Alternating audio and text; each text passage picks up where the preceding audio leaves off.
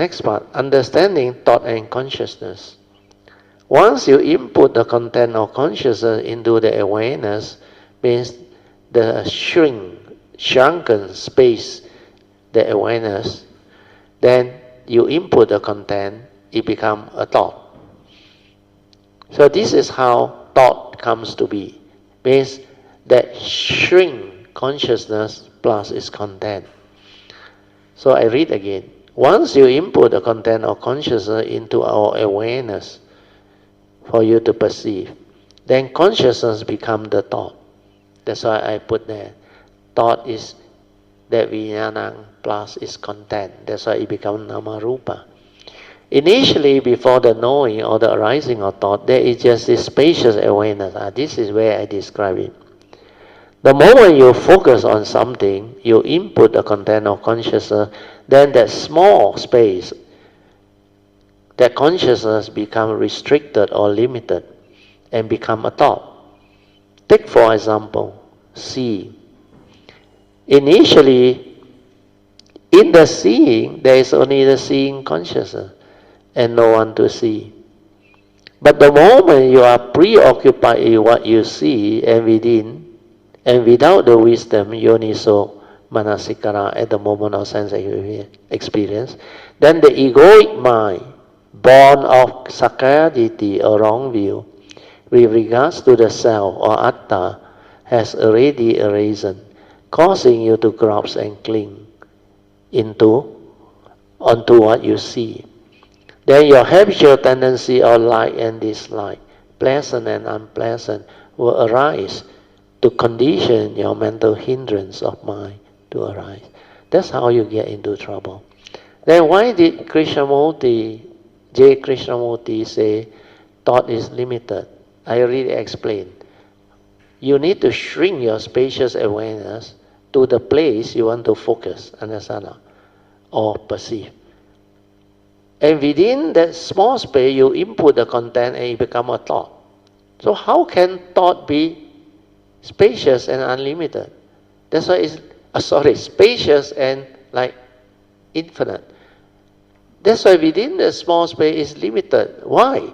When you have that thought, you are preoccupied with the content that you introduce it. So whatever within the thought, maybe you can get yourself excited over it or become very important to you.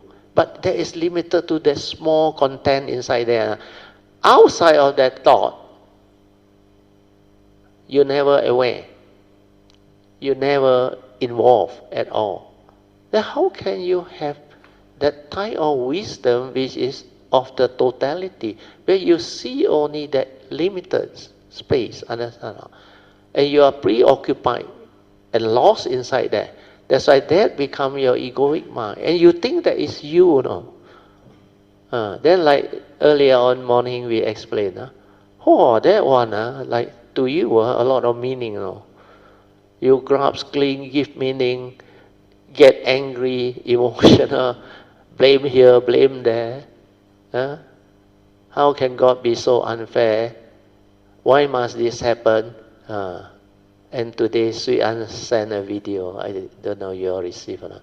Maybe later on they send to the annual retreat website. That one, Sui An say, karma, like Devadatta, but different. It's karma, but not Devadatta. Devadatta, the ground opened out, he went down straight away. This one is a manhole, DBKL manhole. Masjid India there. I think some of you must have received. Still not found, yes. I ask you a question. According to the newspaper, the family, the father, the husband, and the son brought the mother to visit Malaysia for 2 months now. Tomorrow they are flying off. And today, of all the timing, the mother walked together with them. Exactly at the turn of the mother, at that point, he was standing in the center of the collapsed sinkhole. The whole thing just went down. You ask yourself, what is the probability? Like my daughter came to know, this is not by chance. That's how. So many things and conditions must fall into place for it to happen. No, if it's not because of karmic conditioning from the past, this thing cannot happen. One from India, no, how many thousand kilometers away, and the whole family come for holiday, And when they cannot find the mother, I mean, you really pity the son. The son cried actually, and seek help to look for the mother. Uh, then the husband also was very sad. So the son said this, no, I didn't bring my mother to Malaysia to allow her to end up like that. Understand? No? But who can understand karma?